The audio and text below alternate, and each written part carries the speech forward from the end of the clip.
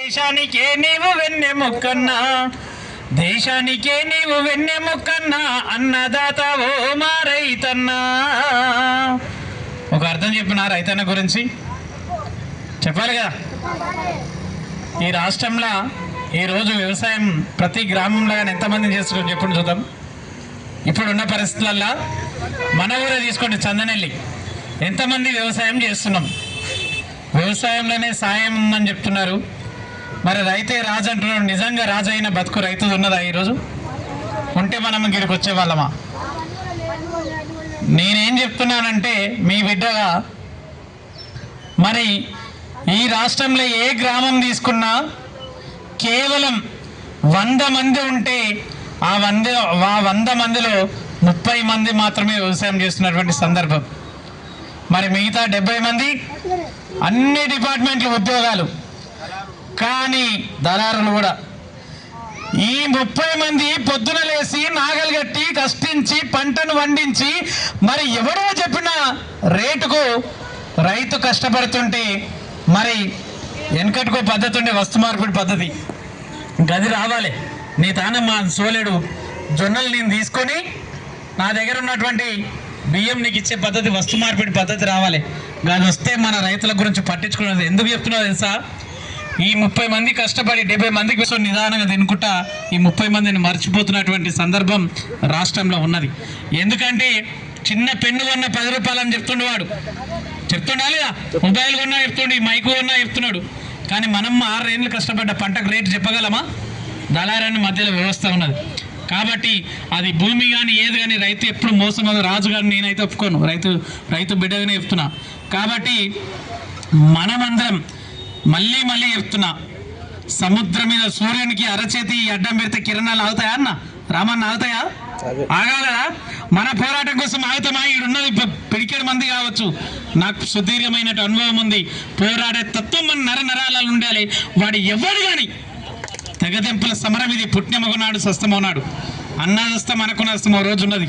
కాబట్టి మనం ఎంటకు మళ్ళీ చూసుకుంటే కారణం చెప్పే రోజు ఉన్నది. కాబట్టి మనమందరం రైతు బిడ్డలకి పోరాటం ఇంకా ముందుకు పోవాలి. ఇది తెగదెంపుల సమరానికి నాంది పలకాలని కోరుతూ, ఓ రైతన్నా మా రైతన్నా, దేశానికే నీవు అన్నముక్కన్నా, దేశానికే నీవు అన్నముక్కన్నా, అన్నదాత ఓ మా రైతన్నా. కష్టాల కడలిలో కష్టించినావు, కన్నీటి గాథలో ముందుండినావు రైతన్నా. నువ్వు బడుగు జీవులకు కొండంత అండవే రైతన్నా. ఓ రైతన్నా మా రైతన్నా, దేశానికే నీవు వెన్నెముక్కన్నా, దేశానికే నీవు వెన్నెముక్కన్నా, అన్నదాత ఓ మా రైతన్నా. షూట్ వేసుకొని టై కట్టుకొని వచ్చి బ్యాంక్ చుట్టూ పోగానే, సార్ మేడం అమ్మగారు వినండి సార్ కూర్చోండి, వానికి కూల్ డ్రింక్ తెచ్చి పెట్టి ఇక మంచిగా కూర్చోబెడతారు బ్యాంకులో మేడం కానీ సార్ కానీ. కానీ పొద్దున్న లేసి కష్టపడి చెమటతోని స్నానం చేసి తినక మళ్ళీ ఎడ్లు ఆడ కట్టేసి వస్తే వాటి నీళ్ళు దాపాలి. ఇది వచ్చేది ఎండాకాలం. ఈ రోజైతే ఎడ్లు కూడా కానీ యాంత్రిక శక్తి వచ్చింది. కానీ మరి వాడు మళ్ళీ చేనుకోవాలి చూసుకోవాలని ఆతృతతో బ్యాంకు పోతే, ఇందాక అన్నవాళ్ళు చెప్పిన చూడు, ఎంఆర్ఓనే కాదు బ్యాంకులో కూడా అగ్రికల్చర్ లోన్ తీసుకోవాలంటే ఇవాళరా రేపురా సంతకాలు పెట్టంటున్నారు. అవునాగా? నేనేమంటే మొదటి ప్రాధాన్యత రైతుకే ఇవ్వాలి. ఆయన లేకపోతే మనం లేము, నువ్వు లేము, నేను లేము, ఎవరం లేము, భూమిపుత్రుల్లో మనం అందరం. కాబట్టి నిన్న మొన్నటి దాకా ఒకటి ఉండే, ఈ మధ్యలో కొంత మార్పు వచ్చింది. ఏందో తెలుసా? ఇక మా రైతు పొద్దున్న లేస్తే నా బిడ్డ రైతుకి పెళ్లి చేసి ఇచ్చినామనుకో, ఉన్న మాట చెప్తున్నా, రైతుకి ఇస్తే వాడు ఇక పొద్దుగా లేచి అంబలి వారు కట్టి ఊరాల పొట్టి తిప్పులు పెడతారు, చేనుల తిప్పులు పెడతారు, నా బిడ్డని ఇయ్యను నాయన అనుకుంటాడు అనే సందర్భం ఉండే. ఇప్పుడు రేట్లు పెరిగినాయి. ఆ రేట్లు పెరిగినాక కొంత సోయికి వచ్చారు. వాడి జీవితకాలం ఉన్నా సరే రియల్ ఎస్టేట్ మోసం చేస్తూనే ఉంటాడు. కానీ భూమికి విలువ ఎప్పుడైతే పెరిగిందో, మళ్ళీ ఇంకోటి చెప్తున్నా, భూమి పెరగదు తరగదు, మనుషులం పెరుగుతున్నాం. కాబట్టి భూమిని అమ్ముకోవద్దనే విషయాన్ని కూడా చెప్తున్నా. ఉన్న కాస్త గుంట కూడా మనం కాపాడుకోవాలి. ఒక వ్యక్తి ఏమంటాడంటే, భూమిని అమ్ముకుంటే మన అమ్మని అమ్ముకున్నట్టు అని చెప్తుంటాడు. ఒక్క ఇత్తేస్తే 10 ఇత్తులు తయారవుతున్నాయన్న. ఎందుకు అమ్ముకోవాలి? మనం చేస్తాం ఆ ఫ్యాక్టరీలలో. ఈరోజు మన భూములలో మొత్తం ఫ్యాక్టరీలు వచ్చినాయి. పొల్యూషన్ అవుతుందా లేదా? రేపు భావితరానికి భవిష్యత్ తరానికి ఉన్నటువంటి ఉదాహరణకి ఏంటంటే, ఇంత అన్నం వండుకున్నాం అనుకో, ఇంట్లో తల్లిదండ్రులు ఏం చేస్తారు, కొద్దిగా ఉందనుకుందాం ఫర్ ఎగ్జాంపుల్, ఇంట్లో ఉన్నటువంటి తల్లిదండ్రులు అయ్యో పిల్లలు తినాలని చెప్పి పిల్లలు కొద్దిగా పెడతారు. కానీ మా పిల్లలకి ఏదైతే కొద్దిగా పెడతారో మరి అలాంటి అవినీతం పండించే తత్వం రైతుకే ఉంది కదా, పండించమని వాళ్ళని. మరి ఆ కొద్దిగా ఉన్నటువంటి పిల్లలకి ఏ విధంగా అయితే ప్రకృతి సహజ సిద్ధంగా ఎరువులు వేయకుండా చెప్తున్నా నేను, సహజ సిద్ధంగా అయితే మన బిడ్డలకు కాపాడి ఎట్లయితే ఇచ్చుకుంటామో అదేవిధంగా రేపు వచ్చేటటువంటి భావితరం మన వరకే ఆగిపోకూడదు కదా. ఎవడైనా రాని రేపు ఉన్నాడు, కానీ వాడిని కూడా స్వచ్ఛమైన గాలి, స్వచ్ఛమైన నీరు, స్వచ్ఛమైన ప్రకృతి, స్వచ్ఛమైనటువంటి సహజ సిద్ధంగా ప్రకృతి సహజ సిద్ధంగా వనరులు అనేవి ఇవ్వాలి కదా. ఇవ్వాలంటే ఈ ఫ్యాక్టరీలు రావద్దు. మన ఏరియాలో మొత్తం వచ్చినాయి.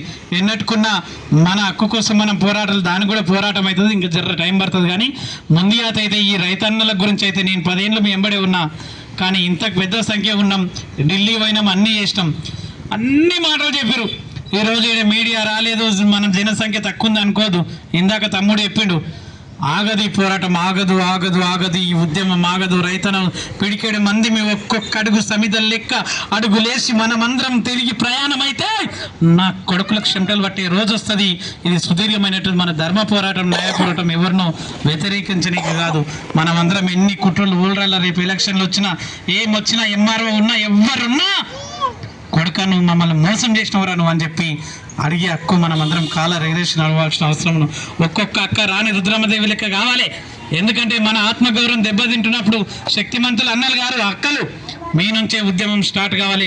ఎందుకంటే నిజంగా చెప్తున్నా, మరి భూమాత ధరణిమాత అన్నటువంటి మనం, ఈ పుణ్యభూమిలో ఉన్నటువంటి మనం చివరి వరకు ఇదే యాత్ర.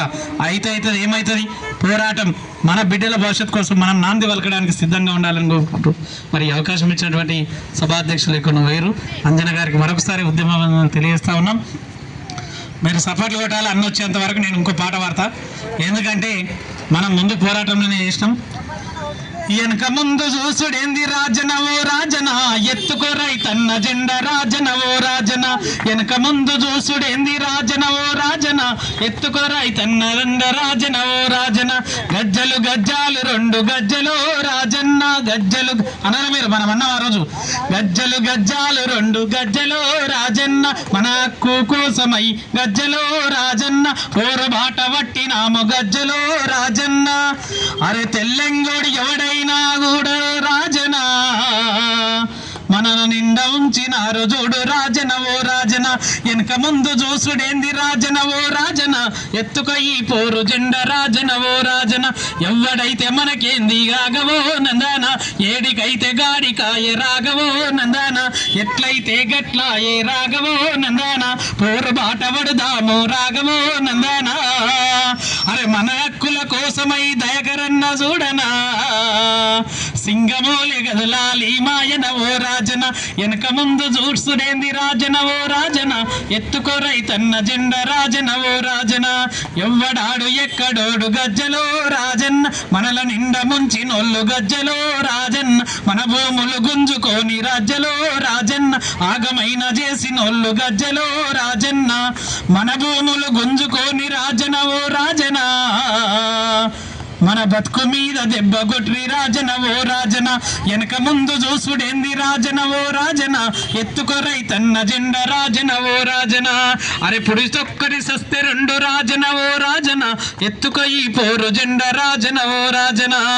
అరే రొయ్యల ముల్లోలే చూడు గజ్జలో రాజన్న, నిండ ముంచినారు మనల గజ్జలో రాజన్న. పేరుకేమో పేరు చెప్పి గజ్జలో రాజన్న, ఆగమైన చేసి నోళ్ళు గజ్జలో రాజన్న. అరే సందనెల్లి హైదరాబాదు మచనపల్లి తెలంగాణలో రైతన్నాలందరినీ ఆగమైన చేసినోళ్ళు. వెనక ముందు చూసుడేంది రాజన ఓ రాజన, ఎత్తుకో రైతన్న జెండ రాజన ఓ రాజన. ఈ పోరు జెండ ఇడువబోకు రాజన ఓ రాజన.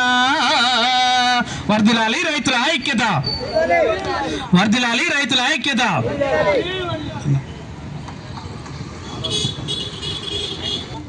వాళ్ళ పేరు నాకు తెలీదు, నేను రోడ్ మీద వెళ్తున్నా చూస్తున్నా. అమ్మ ఇక్కడ నాకు తెలుసు ఆల్రెడీ ఈ రైతుల గురించి ఎంత సమస్య ఉందో నాకు తెలుసు. కానీ ఇదే రైతులు ఒక 100 మంది రావచ్చు కదమ్మా, ఇక్కడ రాలేదు. ఇంకా ప్రభుత్వం చేస్తుంది ఏందో మీకు తెలుసు, ఆ విషయం అందరు తెలుసు. వాళ్ళు ఏం హామీలు ఇచ్చిర్రో, వాళ్ళు ఏం నెరవేర్చినట్లో మొత్తం తెలుసు అందరికీ. కానీ ఎవరు రాలేదు ఇక్కడ. 100 మంది ఉంటున్నామా ఇక్కడ, 100 కెమెరాలు ఉంటాయి ఇక్కడ, ఒక్క కెమెరా లేదు ఇక్కడ. అంటే ఏంది? మీరందరూ ఒకసారి మొబైల్ ఆన్ చేయండి. ఫోన్లు ఉన్నాయా? పెట్టండి, చెప్తా. ఇది మీరు పెట్టండి ఫస్ట్, మొత్తం అరేంజ్ చేయండి. 100 కెమెరా ఉంటాయమ్మా ఏదైనా చేస్తే. ఈరోజు మీరు 10 మంది ఉన్నారు, అంతా మీ అంత రైతులే అనుకుంటా. అంటే ఈ ప్రకారాలు చూస్తుంటే చూస్తున్నా కదా, నిజంగా రైతులకి అన్యాయమే జరుగుతుంది. ఇచ్చిన హామీలు నెరవేర్చలేదు. ఇంకోటి, ప్రభుత్వాలు మారినాయి అంటే ప్రభుత్వాలు మారడం కాదమ్మా, మనం మారాలి ఫస్ట్. వాళ్ళు మారుతూనే ఉంటారు, వాళ్ళు చేస్తూనే ఉంటారు, వాళ్ళు చెప్పేది చెప్తూనే ఉంటారు వాళ్ళు. అది కాదు గొప్ప. ఫస్ట్ మనం ఎవరిని ఎంచుకోవాలి, మనం ఎట్లుండాలి, మనం ఏం చేద్దాం. నేను చిన్నోడిని నీకంటే అమ్మ.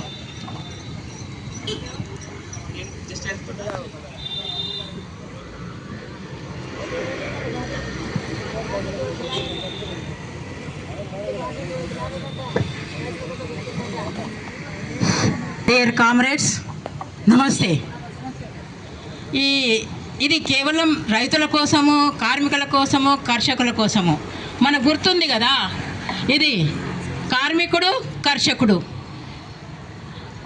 ఈ ఇద్దరు లేనిది దేశమే లేదు, ఏమీ లేదు.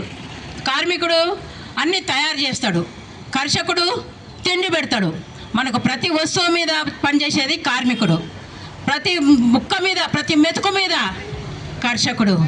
అందుకొరకు ఈ కార్మికుడు, కర్షకుడు చల్లగుంటే ఈ దేశం బాగుపడుతుంది. కానీ ఆ ఇద్దరి నడుము ఇరిచేస్తుంది గవర్నమెంట్లు, సెంట్రల్ గవర్నమెంటు, స్టేట్ గవర్నమెంటు. నా దృష్టికి రాగానే నేను సిరిసిల్ల వాళ్ళ చాలా కేసులు ఉండే వాళ్ళందరివి ధరణిలో చాలా అన్యాయాలు జరిగినాయి. వాళ్ళ కోసము ఆర్డీఓను, కలెక్టర్ను కలిసి అన్ని రిప్రజెంటేషన్లు ఇచ్చిన వాళ్ళవి కొంచెం సాల్వ్ అయినాయి. తర్వాత ఈ భూ నిర్వాసితులై నాకు వచ్చింది. రాగానే నేను కలెక్టర్ను కలిసిన, కలెక్టర్కి అప్లికేషన్ ఇచ్చిన, ఆర్డీఓకి ఇచ్చిన, ఎంఆర్ఓకి ఇచ్చిన, అన్నీ ఇచ్చినా కానీ ఏది జవాబు రాలే. తర్వాత ముఖ్యమంత్రికి రాసి ముఖ్యమంత్రికి రాస్తూ కలెక్టర్కు, ఆర్డీఓకు, తహసీల్దార్కి ఇచ్చినాం. అయితే ఏ చలనం లేదు, కలెక్టర్కు ఎవరిలో చలనం లేదు. తర్వాత రెండో లెటర్ రాసిన ముఖ్యమంత్రికి ఏమనంటే, నేను ఇంతకు ముందు ఫలానా డేట్ నాడు లెటర్ రాసిన, దాన్ని ముఖ్యమంత్రి గారు చూసినట్టు లేరు. అందుకొరకు కనీసం ఇప్పుడైనా చూడండి, చూడకుండా మాత్రం మేము ధర్నా మీ ఇంటిని ముట్టడిస్తామని వార్నింగ్ ఇచ్చిన. అప్పుడు ముఖ్యమంత్రి గారు మరి ఆయన పిఏనో ఎవడో మొత్తానికి అది చదివినట్టుండు. వెంటనే ఆ లెటరు కలెక్టర్కు ఫార్వర్డ్ చేసిండ్రు. కలెక్టర్కు ఫార్వర్డ్ చేసిండ్రు కదా, అవుద్ది అనుకుంటే నెలలు దాటిపోయినా కానీ కలెక్టర్ దగ్గర నుండి కలెక్టర్కు చేస్తూ నాకు మెసేజ్ వచ్చింది ముఖ్యమంత్రి ఆఫీస్ నుండి. సరే పని చేస్తుండొచ్చు, ముఖ్యమంత్రి ఆర్డర్ ఇచ్చినాక చెయ్యడా అనుకున్నా. ఈ రోజుల్లో ఏమనుకుంటారు, నాయకులను కాపాడుకుంటారు, ఉద్యోగులను కాపాడుకుంటారు. కానీ ప్రజలను ఎవరు కాపాడేలో లేరు, ప్రజల కొరకు ఎవ్వరూ లేరు. అందుకొరకు ఆలోచించండి. ఓట్లప్పుడు వచ్చి దండం పెట్టి ఓటు వేయమంటారు, వాళ్ళు రారు, వాళ్ళ చెంచాలు వస్తారు. వాళ్ళ చెంచాలను నమ్మి మీరు ఓటేస్తుండ్రు, మళ్ళీ ఎవరికి వేస్తున్నామని వాళ్ళ ముఖం కూడా చూడలేదు మీరు ఇప్పటి వరకు. అందుకొరకు నెక్స్ట్ ఎలక్షన్లు వస్తున్నాయి, ఆ ఎలక్షన్లలో కళ్ళు తెరవండి. ఇక్కడ ఉన్న వాళ్ళందరూ వేరే వాళ్ళందరికీ చెప్పండి, మీ స్నేహితులకు, మీ చుట్టాలకు, ఎక్కడెక్కడ ఉన్న వాళ్ళందరికీ కూడా ఫోన్లు ఉన్నాయి, ఫోన్లు చేసి చెప్పండి. చెప్పి ఏంటంటే ఈసారి మాత్రం సర్పంచులను ఎన్నుకోవాలంటే కేవలం సర్పంచులను మన సోషలిస్టు పార్టీ వాళ్ళు నిలబెట్టిన వాళ్ళని మాత్రమే ఎన్నుకోవాలి. సోషలిస్టు పార్టీ యొక్క 3 సత్యమే పలుకుతాము, సేవ చేస్తాం, ప్రేమిస్తాం. ప్రేమిస్తే నష్టం చేయం కదా, ప్రజలందరినీ మేము ప్రేమిస్తాం. అందుకొరకు మీరందరూ ఈ ప్రేమకు, ఈ నిజానికి, ఈ సత్యానికి మీరు పాల్పడి మీకు సేవ చేయడానికి మేమున్నాం. ఏ అన్యాయం జరిగినా, ఏ కష్టం వచ్చినా కానీ నా నెంబరు ప్రతి పాంప్లెట్ మీద ఉంది, మీరు అడగొచ్చు. ఏ విధమైన అన్యాయం జరిగినా నన్ను అడగండి. అమ్మా నా మొగడు కొడుతుండు చెప్పండి, ఏ నష్టమైనా చెప్పండి.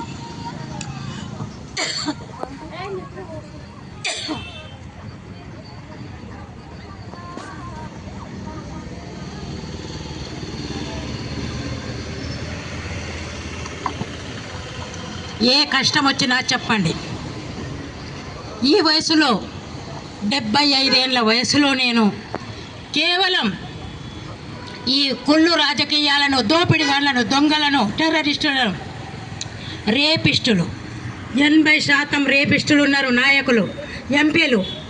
బీజేపీ నుండి పోటీ చేసిన వాళ్ళల్లో 80% రేపిస్టులు. ఆ రేపిస్టులను, ఈ దోపిడిగాళ్లను, ఈ దొంగలను నమ్మకండి. పవిత్రమైన సోషలిస్టు పార్టీని నమ్మండి. మనకు ఈక్వాలిటీ, ఆడ మగ సమానం, సౌత్ నార్త్ సమానం, మొత్తం దేశం మొత్తం సమానం. కానీ నార్త్ వాళ్ళు సౌత్ వాళ్ళని చూస్తలేరు. నార్త్ వాళ్ళు, ఈ నార్త్ పార్టీలు ఏవైతే ఉన్నాయో వాళ్ళందరూ కూడా సౌత్ వాళ్ళని ఏం చూస్తలేరు. మీరన్నీ ఆలోచించాలి. రేపు వచ్చే ఎంపీటీసీ, జడ్పీటీసీ ఎలక్షన్లల్లో పైసలు లేకుండా మనం గెలవాలి. ప్రేమ, సేవ, సత్యం.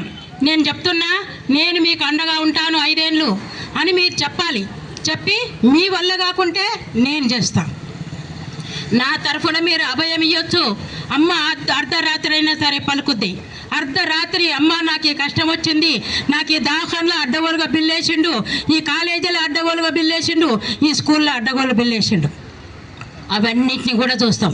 ముఖ్యంగా రైతులు ఎట్లా అంటే ఇప్పుడు ప్రాజెక్టుల కోసం తీసుకొని పైసలు ఇవ్వలేదు, అవి ఊర్లే కొట్టుకుపోయినాయి, నిరాశ్రయులైనరు.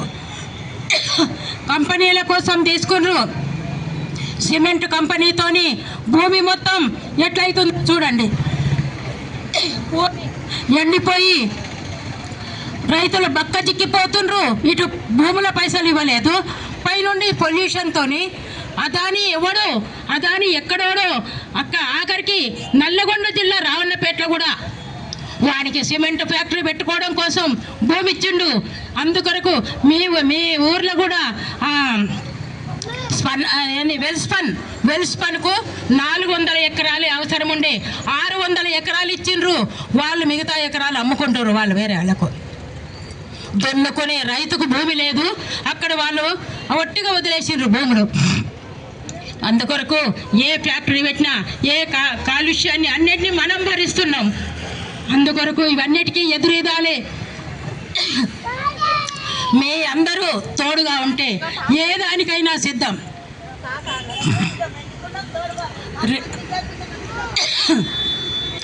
రేపు రేపు రేపు రేపు